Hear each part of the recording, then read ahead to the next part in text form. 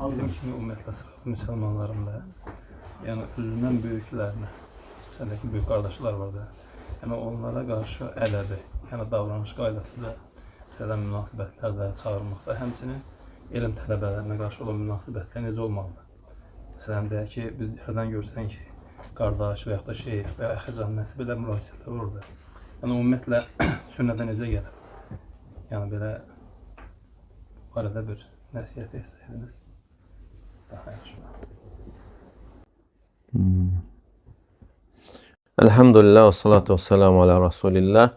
Eşhedü en la ilahe illallah vahdehu la şerike leh ve eşhedü enne Muhammeden abduhu ve rasuluhu emme ba'd. Yəni o ki qaldı, yəni böyüklərə hörmət və yaxud alimlərin hörmətinin qorunması, yəni bu şəriətin həvəsləndirdiyi, rəğbətləndirdiyi və yaxud əmr etdiyi şeylərdən biridir. Çünki Peyğəmbərimiz sallallahu aleyhi və səlləm buyurur ki, leysə minnə mən ləm yuvaqqir kəbirana və yarham sağirana və ya'rif li'aliminə haqqahu. Yəni bizdən deyildir, böyüklərin hörmətini saxlamayan, balacalara rəhm etməyən və həmçinin alimimizin haqqını bilməyən, alimimizin haqqını bilməyən. Yəni belə hədislərdə alimlər gətirir ki, hətta yəni bunu etməmək böyük günahlara girir. Yəni leysə minnə gəlirsə bizdən deyildir. Yəni təhdid kimi gəlir. Bəzən izah edənlər var, leysə minnə, yəni leysə alə tariqatinə, yəni bizim yolumuz üzərində deyil. Amma bəzi alimlər isə gətirir ki, yəni gərək belə hədislər izah verilməsin, yəni təfsir, açıqlama verilməsin ki, yəni öz qüvvəsində qalsın. Yəni öz təhdidində şiddətli olaraq yəni qalsın.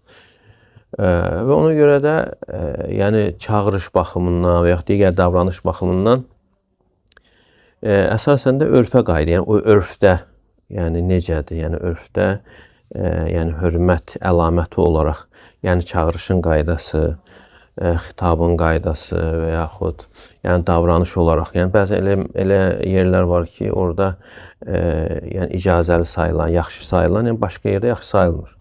Yəni insanın məsələn o böyüdüyü yerdə gördüyünü o demək deyil ki, yəni başqa yerdə də yəni tətbiq etməlidir. Yəni başqa yerdə gərək orada olan yəni örfə yəni uyğun olmalıdır. Ona uyğun yəni rəftar etməyə çalışmalıdır. Yəni xülasə olaraq odur ki, yəni bu məsələlər gərək diqqət yetirilsin. Və xüsusən də yəni böyüklərə olan hörmət və həmçinin balacalara rəhmət və həmçinin elm əhlinin və alimlərin haqqının yəni qorunması. Və Abu Darda radiyallahu anhudan gəlir ki, yəni elm tələb edin. Əgər elm tələb edə bilmirsənsə, dinləyin heç olmasa və onu da insan bilmirsə, yəni alimlərin sevməyi buyurur. Hətta əgər sevə də bilmirsənsə, sevgi də yoxdursa, heç olmasa nifrət etməyin. Nifrət etməyin.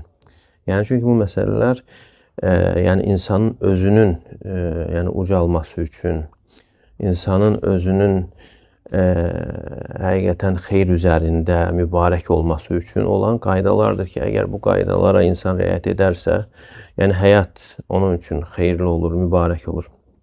Əgər bunlara riayət etməsə insan, yəni get-gedə itirir, o xeyirləri itirir və sonra görürsən artıq insan yəni cahilləşir.